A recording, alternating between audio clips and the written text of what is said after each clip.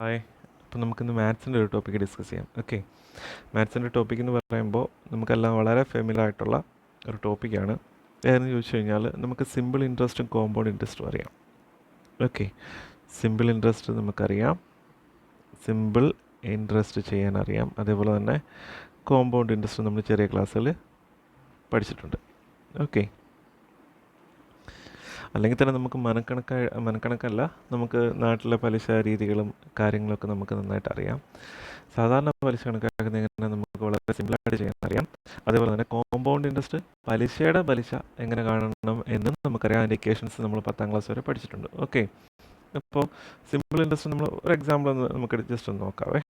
Okay, compound interest നോക്കാം. Find the compound interest on find the compound interest. നമ്മളറിയാം അതിനെങ്ങനെ, നമ്മൾ CI അറിയാലോ. Compound interest on ₹2000 for 2 years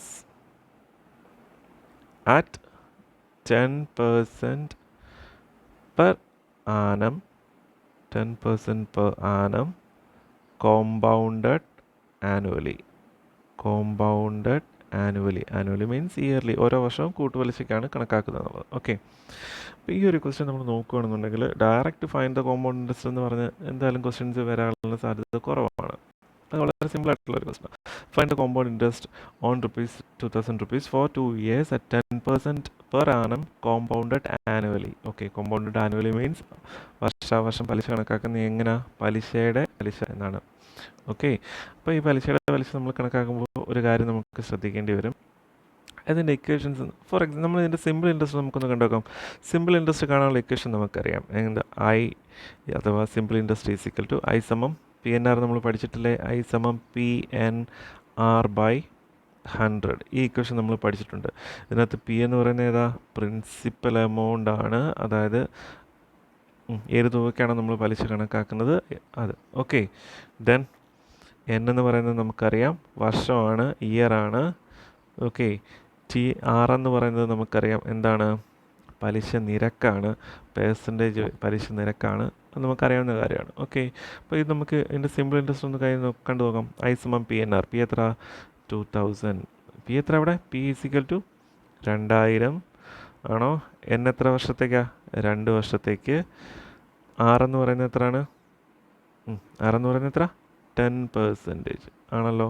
അപ്പോൾ ഈ 2000 രൂപയ്ക്ക് നമുക്ക് സാധാരണ പലിശ ഒന്ന് കണ്ടു നോക്കാം. 2000 രൂപയ്ക്ക് സാധാരണ പലിശ നോക്ക് എങ്ങനെ വരും? 2000 ഇൻറ്റു എത്ര? R എത്ര? 10/100 വരും. എത്ര വരും? 2000 ഗുണം നമ്മൾ കണക്ക് നമ്മൾ പഠിച്ചിട്ടുണ്ട്. വെട്ടിക്കളയാൻ നമുക്കറിയാം. ക്രോസ് ചെയ്തു. എത്ര വരും? 20 × 20 എത്ര വരും? 20 × 20 എത്ര? 20 × 20 × 20 എത്ര വരും? 400. ഇതാണ് സാധാരണ പലിശ എന്ന് പറയുന്നത്. ഇത് നമുക്ക് ചെയ്യാനറിയാം. ഓക്കെ, സാധാരണ പലിശ നമുക്ക് ചെയ്യാനറിയാം. ഇനി കോമ്പൗണ്ട് ഇൻട്രസ്റ്റിൻ്റെ കാര്യം വരുമ്പോഴത്തേക്കുള്ള ഒരു പ്രത്യേകത എന്താ? ഈ പലിശയുടെ പലിശ നമ്മൾ കാണണം. അതായത് ഈ 400 രൂപയ്ക്ക് എത്ര വർഷത്തേക്ക്? 2 വർഷത്തേക്ക് 10% നിരക്കിൽ ഈ 400 രൂപയുടെ പലിശ വീണ്ടും കാണേണ്ടി വരും. ആണോ? അപ്പോൾ ആ പലിശയുടെ പലിശയാണ് എന്ത് എന്ന് പറയുന്നത്? കൂട്ടുപലിശ. ആണോ? കൂട്ടുപലിശ ഇക്വേഷൻ നമുക്കറിയാം. ഏതാ? കോമ്പൗണ്ട് ഇൻട്രസ്റ്റ് എന്ന് പറയുമ്പോൾ എങ്ങനെ അതിൻ്റെ ഇക്വേഷൻ നമ്മൾ നേരത്തെ പഠിച്ചിട്ടുണ്ട്. കോമ്പൗണ്ട് ഇൻട്രസ്റ്റ് ഇക്വേഷൻ എങ്ങനെ കാണുന്നത്? അതായത് തുകയടക്കം നമ്മൾ പലിശ കാണുന്നതെന്ന് പറഞ്ഞാൽ, കോമ്പൗണ്ട് ഇൻട്രസ്റ്റ് എന്ന് പറയുമ്പോൾ ആ 2000 രൂപയ്ക്ക് പലിശ കണ്ടിട്ട് അതിൻ്റെ തുകയുടെ കൂട്ടിയിട്ടല്ലേ നമ്മൾ, അതായത് കുറച്ച് ചെയ്യുമ്പോൾ മനസ്സാം. അതായത് കോമ്പൗണ്ട് ഇൻട്രസ്റ്റ് നമുക്ക് എങ്ങനെ കാണുന്നത്? നമുക്ക് ആ ഇക്വേഷൻ നോക്കാം. Compound interest is equal to എങ്ങനെ വരും? തുക, പലിശയടക്കം തുകയല്ലേ നമ്മൾ കണക്കാക്കുന്നത്. നോക്കാം, ഇക്വേഷൻ നോക്കി. A = എങ്ങനെ വരും? തുക എങ്ങനെ വരുന്നത്?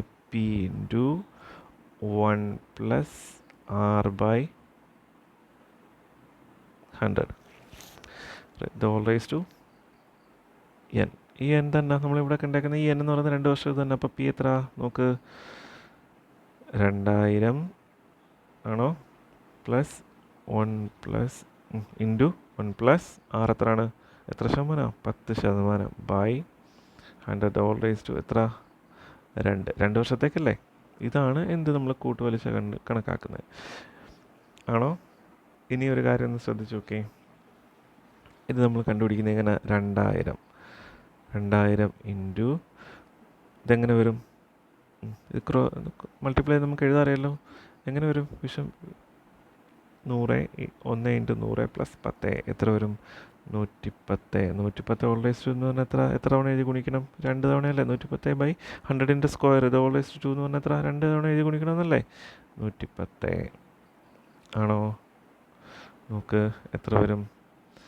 2000 ഇൻറ്റു നമ്മളിതെല്ലാം കൂടെ വെട്ടിക്കളഞ്ഞിട്ട് നമ്മൾ ചെയ്ത് വരുമ്പോഴത്തേക്കും നമുക്ക് ഏകദേശം ആൻസർ എന്ന് പറയുന്നത് എത്ര വരും എന്നറിയാമോ? 2420 വരും. ഇതിങ്ങനെ ചെയ്ത് ഇത് നമ്മൾ മൾട്ടിപ്ലൈ ചെയ്ത് ക്രോസ് മൾട്ടിപ്ലൈ ചെയ്ത് ഇതിൻ്റെ ആൻസർ നമ്മൾ കണ്ടുപിടിക്കുമ്പോഴത്തേക്കും എൻ്റെ ആൻസർ എന്ന് പറയുന്നത് എത്ര വരും? 2420 വരും. 2420. ഈ 2420 എന്ന് പറയുന്നത് തുകയാണ്.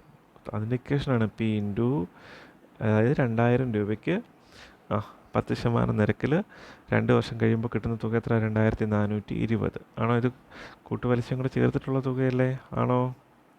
ആണോ? അതായത് നമുക്ക് എങ്ങനെ പറയാം? ഈ തുക പലിശ അടക്കം തുക എന്ന് പറഞ്ഞാൽ നമ്മളെങ്ങനെ മുതലിൻ്റെ കൂടെ എന്തും കൂടെ കൂട്ടുന്നതാ? പലിശയുടെ കൂട്ടുന്നതല്ലേ? അല്ലേ? മുതലിൻ്റെ കൂടെ നമ്മൾ കൂട്ടുപലിശ കൂടെ കൂട്ടുമ്പോഴാണ് നമുക്ക് ഏത് കിട്ടുന്നത്? 2420 കിട്ടുന്നത്. അപ്പോൾ അതിനകത്ത് നമുക്ക് കൂട്ടുപലിശ കണ്ടുകൂടെ?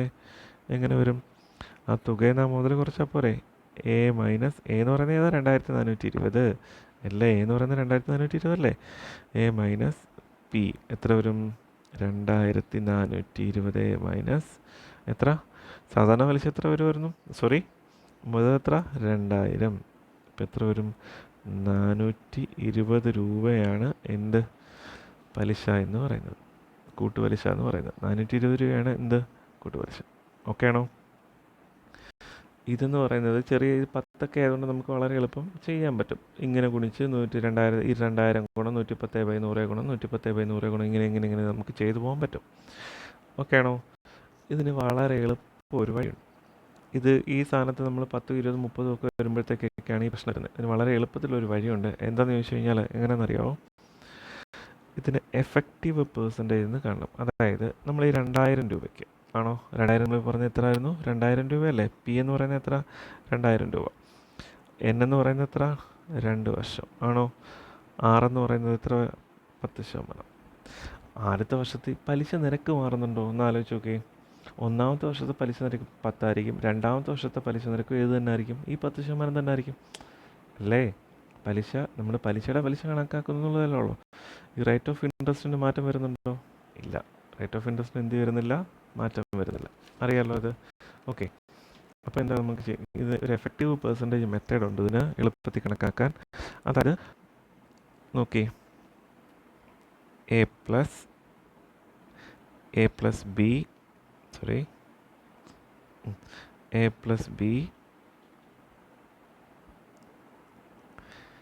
പ്ലസ് എ ബി ബൈ 100 എന്ന് പറയും. A plus B by A B by 100. ഇതാണ് എഫക്റ്റീവ് പെർസെൻറ്റേജ് എന്ന് പറയുന്നത്. ഈ എഫക്റ്റീവ് പെർസെൻറ്റേജ് ഒന്ന് കണ്ടുപിടിച്ചാൽ നമുക്ക് വളരെ ഈസി ആയിട്ട് ചെയ്യാൻ പറ്റും. നോക്കി, ഇപ്പോൾ ഒന്നാമത്തെ വർഷത്തെ പലിശയാണ് എ എന്ന് പറയുന്നത്, രണ്ടാമത്തെ വർഷത്തെ പലിശയാണ് ബി എന്ന് പറയുന്നത്. ആണോ? ഒന്നാമത്തെ വർഷത്തെ പലിശ എത്ര? 10%. രണ്ടാമത്തെ വർഷത്തെ പലിശ എത്ര തന്നെ ആയിരിക്കും? 10% ആയിരിക്കത്തില്ലേ? അല്ലേ? പലിശയ്ക്ക് നിരക്കിന് വ്യത്യാസം വരുന്നുണ്ടോ? അപ്പോൾ നമുക്ക് ജസ്റ്റ് ഒന്ന് ചെയ്ത് നോക്കാം. എ എന്ന് പറയുന്നത് എത്ര? 10. രണ്ടാമത്തെ വർഷത്തെ എത്ര തന്നെ ആയിരിക്കും? പലിശയുടെ നിരക്കിന് മാറ്റം വരുന്നുണ്ടോ? 10 പ്ലസ് എ ഇൻറ്റു ബി. എയും ബിയും സെയിം തന്നെ അല്ലേ? 10 ഗുണം 10/100 എത്ര വരും? 20 പ്ലസ് 19 അല്ലേ? 100 ഇവിടെ എത്ര വരും? 100. ഇത് വെട്ടിക്കളഞ്ഞിട്ട് 100/100 അങ്ങ് വെട്ടിക്കളഞ്ഞിട്ട് ഒന്നും എഴുതാതിരിക്കരുത്. 100/100 എത്ര? 1 അല്ലേ? അപ്പോൾ 20 പ്ലസ് 1 21%. ഈ 21% എന്തെന്ന് പറയുന്നത്? കൂട്ടുപലിശ. ഇത് പറഞ്ഞപ്പോൾ കുറച്ച് ലെങ്തി ആയിട്ട് തോന്നും, പക്ഷേ പെട്ടെന്ന് മനസ്സിലാക്കി കഴിഞ്ഞാൽ വളരെ ഈസി ആയിട്ട് ചെയ്യാൻ പറ്റുന്നത്. അതായത് ഏതിൻ്റെ? ഈ 2000-ൻ്റെ 21% എന്ത്? കൂട്ടുപലിശ എന്ന് പറയുന്നത്. മനസ്സിലായോ? ഈ 2000 രൂപയുടെ 21% എന്ത്?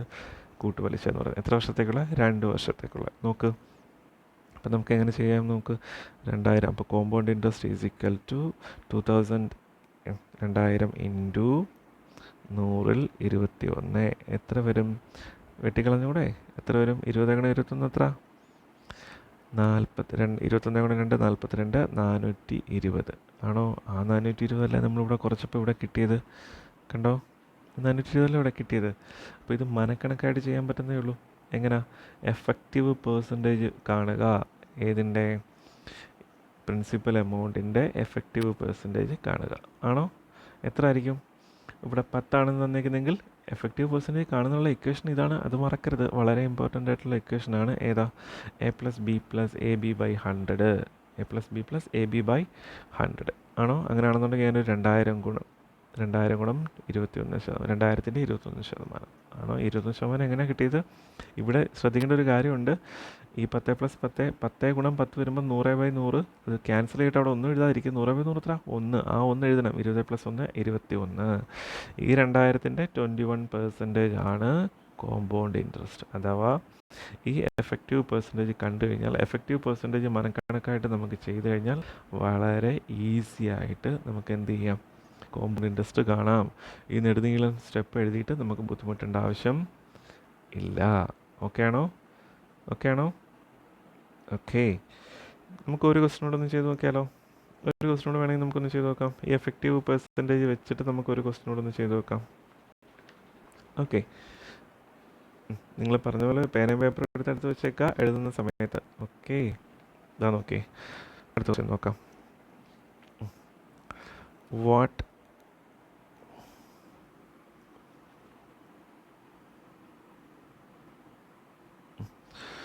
What is the compound interest on a sum of rupees 2500 at 12%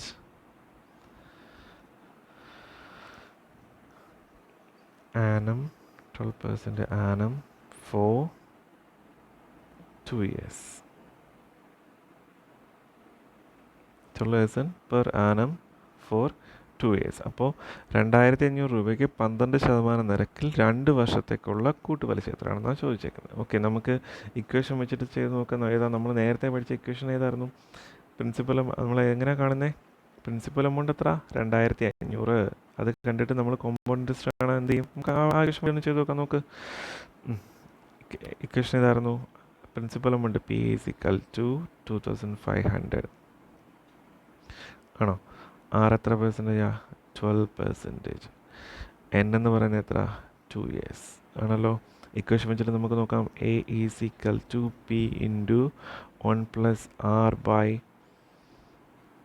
100⁻n. Okay, നോക്കാം. 2500 1 + R എത്ര?